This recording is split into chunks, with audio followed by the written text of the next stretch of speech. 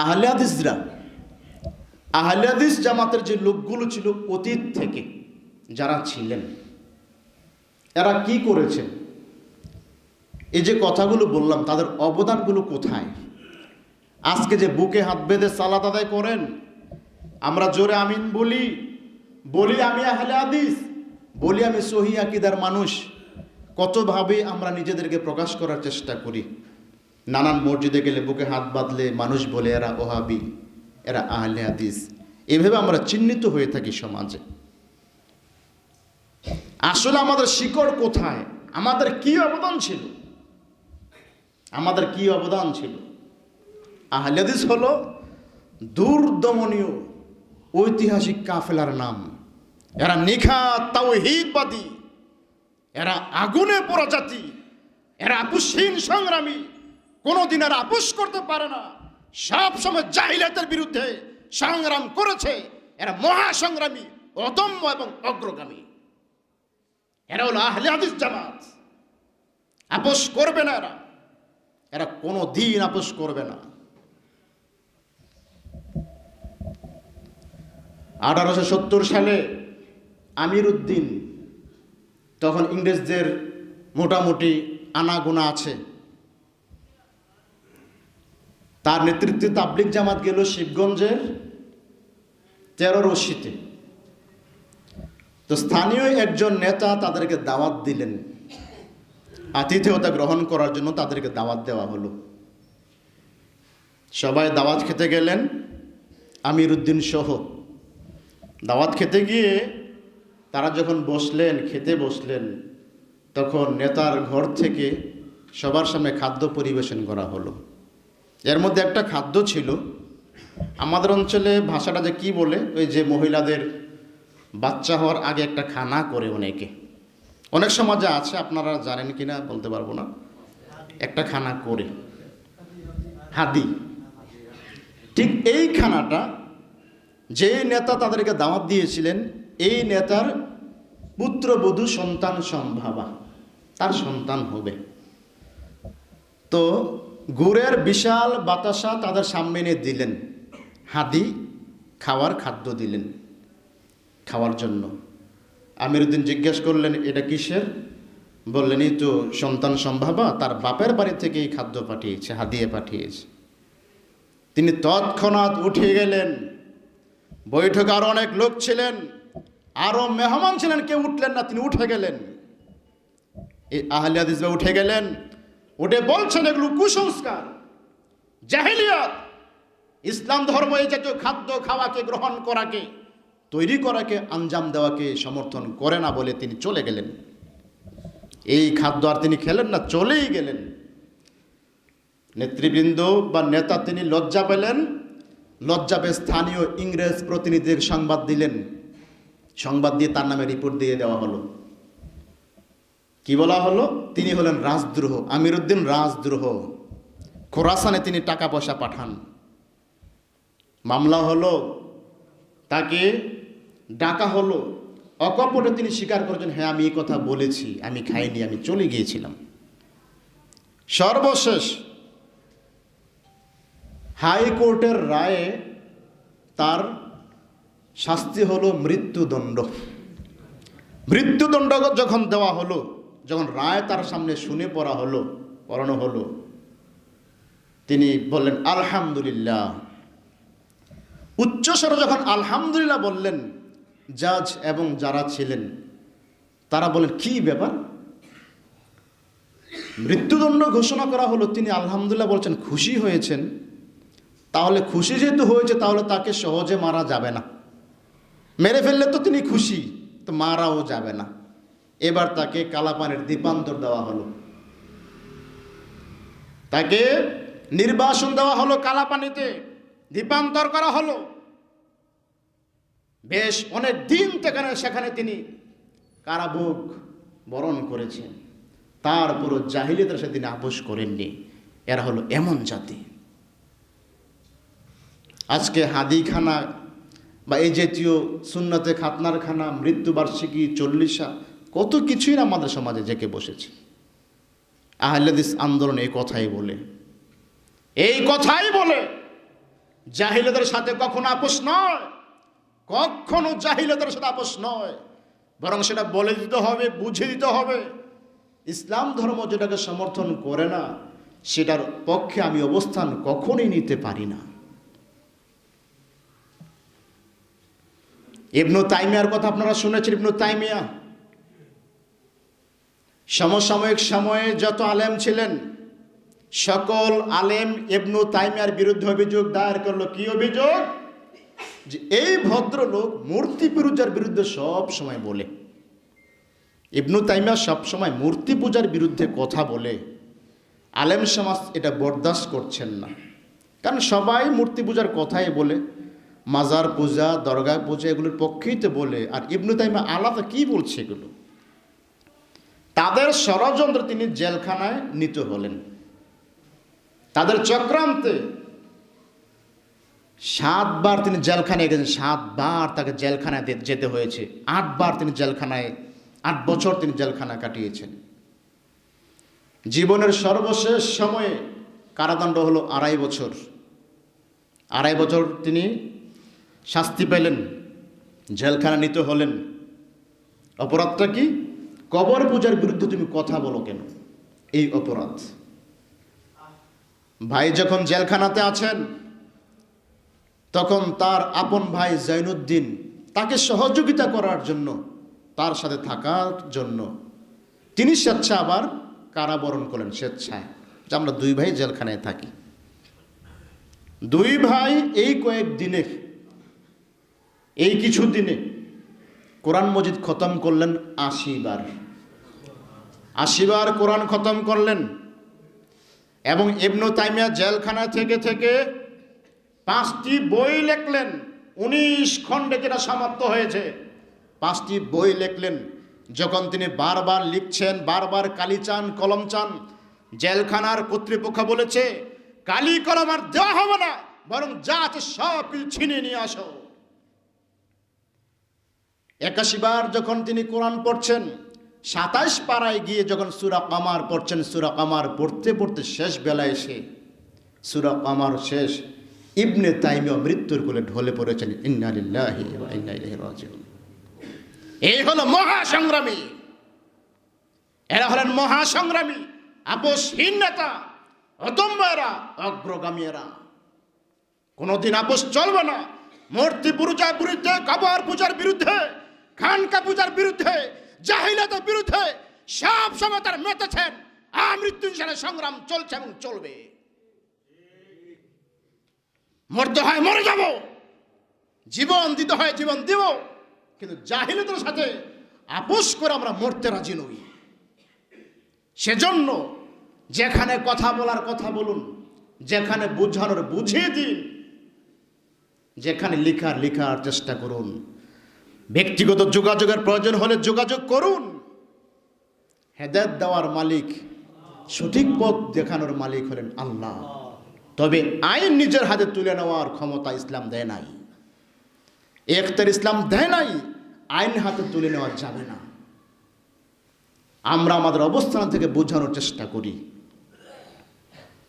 সম্মানিত মুসলিমবৃন্দ, 1757 সালের 23শে জুন যখন উপমহাদেশের স্বাধীনতার সূর্য ডুবে গেল, ইংরেজরা ক্ষমতা দখল করে ফেলল। উপমহাদেশ শাসন করছেন ইংরেজরা। অতীতের ইতিহাস আপনারা জানেন। যখন ইংরেজরা ক্ষমতা দখল করল, উপমহাদেশ শাসন করছে, জনগণের রক্ত ক্ষিপ্র গতিতে তারা পান করছে, উপমহাদেশের গুরুত্বপূর্ণ ধন সম্পদ লুণ্ঠন করছে, নির্যাতন, নিষ্পেষণ, নির্মম অত্যাচার যখন তারা বারবার করেই চলছে, তখন তাদেরকে অবদমিত করার জন্য, হারিয়ে যাওয়া স্বাধীনতাকে উদ্ধার করার জন্য কেউ এগিয়ে আসলো না। বরং কেউ কেউ তাদের সাথে আপোষ করেছিল। কেউ কেউ দেশ ছেড়ে পালিয়ে গেলে হাফ ছেড়ে বেঁচেছিল। কেউ কেউ বলেছে ইংরেজদের বিরুদ্ধে কথা বলাটাই হারাম, হারাম বলে ফতোয়া জারি করেছিল। সেদিন ওই সাম্রাজ্যবাদী সন্ত্রাসী শক্তির বিরুদ্ধে, সেদিন ওই সাম্রাজ্যবাদী সন্ত্রাসী শক্তির বিরুদ্ধে ভারত উপমহাদেশের ব্রিটিশ বিরোধী আন্দোলনের অকুতোভয় সিপাহ সালার সৈয়দ আহমদ ব্রেলভী, শাহ ইসমাইল শহীদ সহ শত শত মর্দে মুজাহিদ ইংরেজদের বিরুদ্ধে ক্ষিপ্র গতিতে আন্দোলনে নেপে পড়েছিলেন। আন্দোলনে তারা ঝাঁপিয়ে পড়েছিলেন। সংগ্রাম চলল 121 বছর। তাদের নেতৃত্বে কোনো না কোনোভাবে সংগ্রাম চলল 21 বছর। 121 বছর যখন চলল, ইংরেজদের ভিত্তি তখন নড়বড় হয়ে গেল। ক্ষমতার মসনদে তারা ঝাঁকুনি দিচ্ছেন বারবার। 1831 সালের 6 মে বর্তমান পশ্চিম পাঞ্জাবের বালাকোটের ময়দানে, রণাঙ্গনের ময়দানে শহীদ হয়ে গেলেন ইংরেজদের সাথে লড়াই করতে করতে শাহ ইসমাইল শহীদ এবং সৈয়দ আহমদ ব্রেলভী সহ 300 আহলে হাদিস মর্দে মুজাহিদ। ইংরেজদের নিহত হয়ে গেল 700। এইভাবে যখন সংগ্রাম চললই, তারা এমনভাবে ঢেলে সাজিয়েছিলেন আহলে হাদিস ভাইদেরকে যে পবিত্র কোরআন এবং সহিহ হাদিসের কথাই পৃথিবীতে চলবে এবং ইংরেজদের দুঃশাসন খতম করতেই হবে। বিনিময়ে তারা অনেক মানুষ শাহাদাতের পেয়ালা পান করেছিলেন। সর্বশেষ 1947 সালে বাধ্য হয়ে ময়দানে টিকতে না পেরে লেজ গুটিয়ে স্বদেশে প্রস্থান করতে বাধ্য হয়েছিল। এই আন্দোলন করেছিল কারা? আহলে হাদিসরা করেছিল। আহলে হাদিসদের সাথে আরো বহু মানুষ যোগদান করেছিলেন। সর্বশেষে নেতৃত্ব দিয়েছেন তারা। ফরাইজি আন্দোলন আমরা বইয়ে পড়েছি। ফরাইজি আন্দোলন, ওহাবি আন্দোলন, বাঁশের কেল্লা, ইতিহাসগুলো কিসের? সব আহলে হাদিসদের ইতিহাস। আহলে হাদিসদের ইতিহাস এগুলো। সৈয়দ নিসার আলী তিতুমির, আপনারা নাম শুনেছেন এই তিতুমির। তিনি কে? তিনি ছিলেন জিহাদ আন্দোলনের ও কুতুবয় সিপাহ সালার সৈয়দ আহমদ ব্রেলভীর শিষ্য। তিনি ছিলেন কৃষক।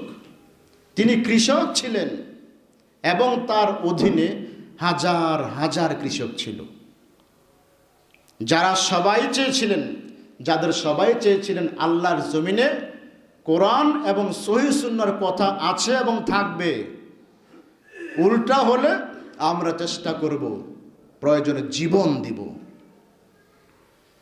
এক সময় জানাজানি হলো কৃষ্ণ রায় নামে একজন জমিদার। কৃষ্ণ রায় জমিদার, তাদের অত্যাচার, জুলুম, নির্যাতনে মুসলমানরা অতিষ্ঠ হয়ে গেল। কত দিকে নিপীড়ন, নির্যাতন, মুসলমানরা অতিষ্ঠ তাদের নির্যাতনে। এক পর্যায়ে জানা গেল কৃষ্ণ রায় নামে একজন জমিদার, তিনি দাড়ির ট্যাক্স তোলেন। যারা দাড়ি রাখবে, দাড়ির ট্যাক্স দিয়েই দাড়ি রাখতে হবে। ট্যাক্স নির্ধারণ করা হলো 2.5 টাকা। কেউ কেউ বলেছেন প্রতি ইঞ্চির জন্য 2.5 টাকা।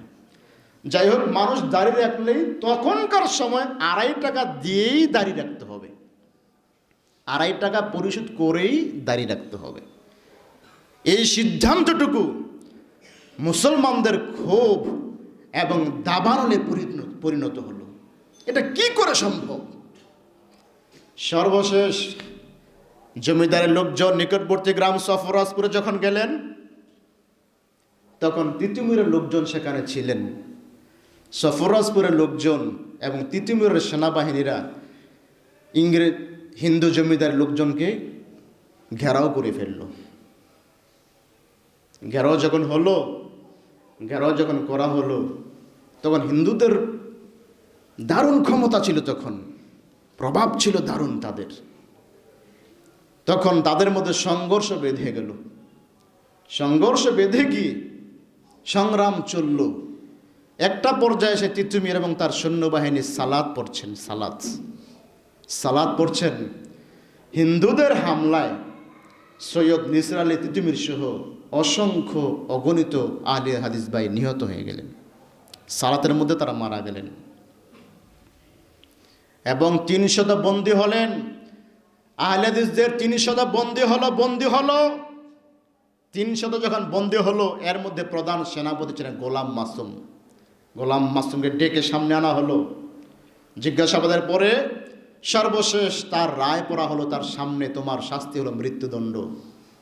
এবং শুধু এখানেই শেষ না, মৃত্যুদণ্ডের পর তো মানুষের লাশগুলোকে কবরস্থ করা হয়, তোমার লাশ কবরস্থ করা হবে না, নারকেল বাড়িয়ে ঝুলিয়ে রাখা হবে তোমার শিষ্য যারা ছিল সবাই দেখার জন্য। নারকেল বাড়িয়ে ঝুলিয়ে রাখা হবে তোমার লাশকে। সর্বশেষ সিদ্ধান্ত হলো মৃত্যুদণ্ড কার্যকর করার পর তিতুমিরের প্রধান সেনাপতি গোলাম মাসুমের লাশকে নারকেল বাড়িয়ে ঝুলিয়ে রাখার সিদ্ধান্ত গৃহীত হয়। সম্মানিত মুসল্লিবৃন্দ, আমরা হলাম বীরের জাতি, আমরাই হলাম আহলে হাদিস। সমাজ সংস্কারে এদের ভূমিকা কোনো অংশে কম ছিল না। দেখুন, বালাকোটের জিহাদ থেকে যখন ফিরছেন সাতক্ষীরার গাজী মারজুম হুসাইন ওরফে মাখদুম হুসাইন, বালাকোটের যুদ্ধ শেষ, তিনি বাড়ি ফিরছেন শিয়ালকোট হয়ে। পাকিস্তানের শিয়ালকোটের এক জামে মসজিদে মারজুম হুসাইন সালাত পড়তে গেলেন, জুমার সালাত। তখন হলো ওহাবি ধরার হিরিক, আহলে হাদিসদেরকে যেখানেই পাওয়া যাবে গ্রেফতার করো, যেখানেই যাকে পাওয়া যাবে। গণভাবে গ্রেফতার শুরু হলো আহলে হাদিসরা। তো মারজুম হুসাইন সাতক্ষীরায় সালাত আদায় করছেন, শিয়ালকোটের এক মসজিদে সালাত আদায় করছেন। তিনি রফুল আদান করে সালাত আদায় করছেন, জোরে আমিন বলছেন। স্বাভাবিক এই পার্শ্ববর্তী মুসল্লিরা বুঝলার এইটা আবার কি, রফুল আদান করলেই তো সহসা আমরা সামনে পড়ে যাচ্ছি, তাদের নজরে পড়ে যাচ্ছে। প্রমাণিত হলো আহলে হাদিস। সালাতের পরে ইংরেজ গুপ্তচরের মাধ্যমে তাকে গ্রেপ্তার করা হলো। সর্বশেষ আইনি প্রক্রিয়া যতক্ষণ চলল, এক পর্যায়ে রায় পড়া হলো, শাস্তি হলো মৃত্যুদণ্ড। শাস্তি হলো মৃত্যুদণ্ড। অপরাধ কি? রফুল আদান করে তিনি সালাত আদায় করেছেন, তিনি আহলে হাদিস। রফুল আদান কেন করলেন? মৃত্যুদণ্ড দেওয়া হলো। এক পর্যায়ে ফাঁসির কাস্টে তাকে তোলা হলো। ফাঁসির দড়ি যখন গলায় দিয়ে হ্যান্ডেল টান দেয় জল্লাদ, তখন অলৌকিকভাবে ফাঁসির দড়ি ছিঁড়ে তিনি মাটিতে পড়ে গেলেন। তো ফাঁসির দড়ি তো আসলে ছিঁড়ে না, এটা তো ছিঁড়বার নয়। আবার যখন দড়ি দিয়ে জল্লাদ হ্যান্ডেল টান দিলেন, আবার অলৌকিকভাবে দড়ি ছিলে তিনি মাটিতে পড়ে গেলেন। আবার যখন দড়ি দিয়ে হ্যান্ডেল টান দেওয়া হলো, আবার তিনি অলৌকিকভাবে দড়ি ছিঁড়ে মাটিতে পড়ে গেলেন। সর্বশেষ ইংরেজ ম্যাজিস্ট্রেট আশ্চর্য হয়ে গেলেন, আরে কি রে! সর্বশেষ তাকে বেকসুর খালাস করে দিলেন। এরা হলো এই জাতি, এরা হলো এই জাতি। আমরা তাদের উত্তরসূরি, আমরা তাদের উত্তরসূরি, আমরা তাদের সন্তান। অতএব এই গতিতে, এই চেতনা এবং স্বাতন্ত্রিক চেতনা নিয়ে আমাদের এগিয়ে যেতে হবে। কোনো আপোষ চলবে না, কোনো আপোষ চলবে না। আমরা হলাম আপোষহীন জাতি। অতএব ওহর মুসলিম সমাজ, অলস কোথাকার, তোমাদের এগিয়ে যেতে হবে। আর কতকাল কূট তর্কে তুমি সময় কাটাবে? তোমার ঘর এবং বাহির সব চলে গেল বিজাতীয়দের দখলে। তোমার যুবকের মুখে বিজাতীয় স্লোগান, বিজাতীয় স্লোগান তোমার যুবকের মুখে। তোমার নারীর সর্বাঙ্গে নগ্নতার হিংস্র ছবল, তোমার ঘরের চার দেওয়ালে নগ্নতার হিংস্র ছবল। কোথায় তোমার সেই চেতনা? বালাকোট আর নারিকেল বাড়িয়ার জিহাদি হুঙ্কার কোথায়? অতএব সামনে চলো। সুদ, ঘুষ, জুয়া, লটারি, হারামি অর্থনীতির বিরুদ্ধে, জাতীয় এবং বিজাতীয় যাবতীয় অপসংস্কৃতির বিরুদ্ধে ঝাঁপিয়ে পড়ার এখনই সময় তোমার। আর অলসতা নয়, আর বসে থাকার সুযোগ নেই। আল্লাহ পাক আমাদের সকলকে জাহিলিয়াতের বিরুদ্ধে আপোষহীন কাজ করার, মাঠে ময়দানে কথা বলার, সমাজ সংস্কারমূলক কাজে আত্মনিয়োগ করার তৌফিক দান করুন। আমিন।